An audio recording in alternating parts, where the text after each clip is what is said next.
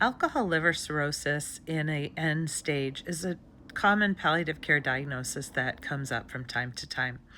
This is challenging because not only is there the physical issues of the illness, which can be very painful and need to be treated, but also the emotional part and the substance abuse part. It requires a full team to really sit down and talk about the issues. When a person has a history of alcoholism and their liver condition has gone this far, typically it's very difficult to maintain sobriety or to even think about that. And that becomes challenging both for the patient, who may have a lot of shame, and the family, who might have blame and anger.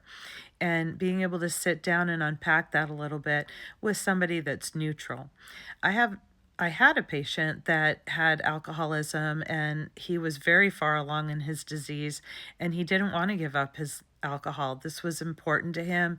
He had a relationship with it, so to speak, and he said that he would rather continue the alcohol even knowing that his disease would progress physically. He ended up choosing hospice and being able to continue to drink despite that. I don't know if that's what I would have wanted for him, but I wanted to respect him and be where he was at. That wasn't my life and my choice to make.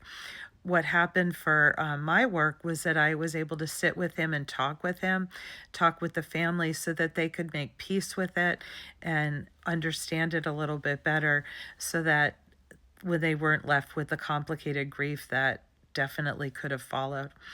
With people that want to get better, want to get in recovery, it's a really hard process of them stepping up into the unknown, pushing through the fear, the anger, the denial, and really saying, I have to do this. This is life dependent, and being able to not only get the physical care, but doing steps to take, whether it's going to Alcoholics Anonymous, whether it's going to a rehab center, psychotherapy, to get that emotional component, the addictive component as well.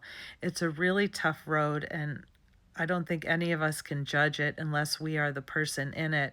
It's a choice that only the person that is sick has to make. But palliative care can be an excellent resource to help unpack it, process it, and help with symptom management.